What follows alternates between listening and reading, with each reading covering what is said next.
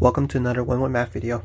In today's video, determine the value of k that makes x minus 2 a factor of the polynomial. We're going to solve this in two different methods. The first method is going to be with synthetic division, and the second method is going to be with the area model. So the first method, synthetic division. So given that we have x minus 2 to be a factor, let's set this equal to 0, solve for x, and we get x equals 2. Next, let's write down the coefficients of the polynomial, which are negative 2, positive 13, positive k, positive 2, and positive 8. And then we'll draw these lines to signify the synthetic division and section off the last part, which is the remainder. Alright, so to do synthetic division, when we have the downward arrow, we're going to add vertically. We're going to add row 1 and row 2 to get row 3. And then when we see a diagonal arrow, we're going to multiply by x equals 2. So row 3 times that x equals 2 to give you row 2. So let's start. So we have this negative 2. We're going to add vertically. Since there's nothing on the second row, then it's just going to be negative 2. Then negative 2 multiplied diagonally by x equals 2, and you get negative 4. Then we're going to add vertically by that 13 to get positive 9. Multiply diagonally by x equals 2 to get positive 18.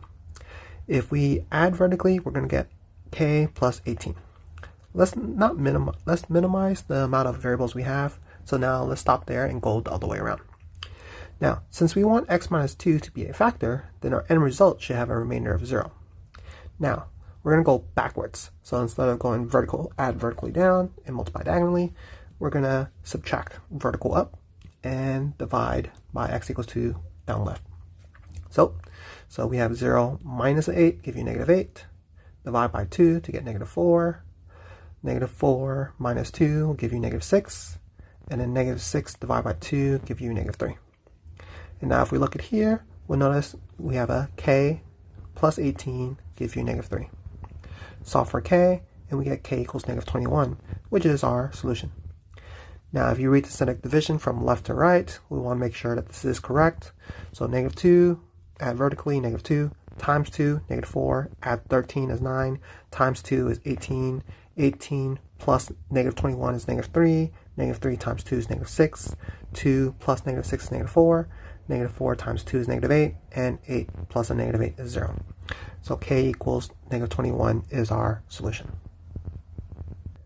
The second method is with the area model. Since we have x minus 2 as a factor, we're going to write it like this, meaning we're going to have a rectangle with 2 rows and 4 columns. 4 columns is because we have x to the power 4. If we need more columns, we'll add more columns. We're going to fill up the area, the box inside, with the polynomial. So we have negative 2x to the 4th, so we'll put it right here. We're going to factor out the x away from negative 2x to the 4th, and we get negative 2x cubed. Then negative 2x cubed times negative 2 will give you positive 4x cubed. Now, since we want 13x cubed in total, and we already have a 4x cubed, we need an additional 9x cubed. And then we're going to repeat the same concept as the first column. So we're going to factor out the x away from 9x cubed to give you 9x squared, and then multiply by negative 2 to get negative 18x squared. We can do the same thing to get the next box, but since we're trying to figure out what is k, it'll be difficult to figure out from there. So we're going to stop right there and go backwards. Now, since we want x minus 2 to be a factor, then there should be no remainder, meaning that this positive 8 is going to be inside our box. And now we're going to go backwards. So factor negative 2 away from 8, and we get negative 4. Negative 4 times x gives you negative 4x.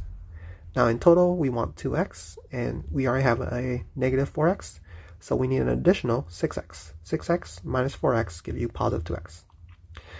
Factor negative 2 away from 6x, we get negative 3x. And so inside the box, negative 3x times x give you negative 3x squared. Now this negative 18x squared and negative 3x squared should make this kx squared. So we'll put that down. Kx squared must be equal to negative 18x squared minus 3x squared, meaning that k must be equal to negative 18 minus 3, or k must be negative 21. So here's another method to solving for k. Do you prefer synthetic division, or do you prefer area model? Let me know in the comments. Comment, like, subscribe. Thank you.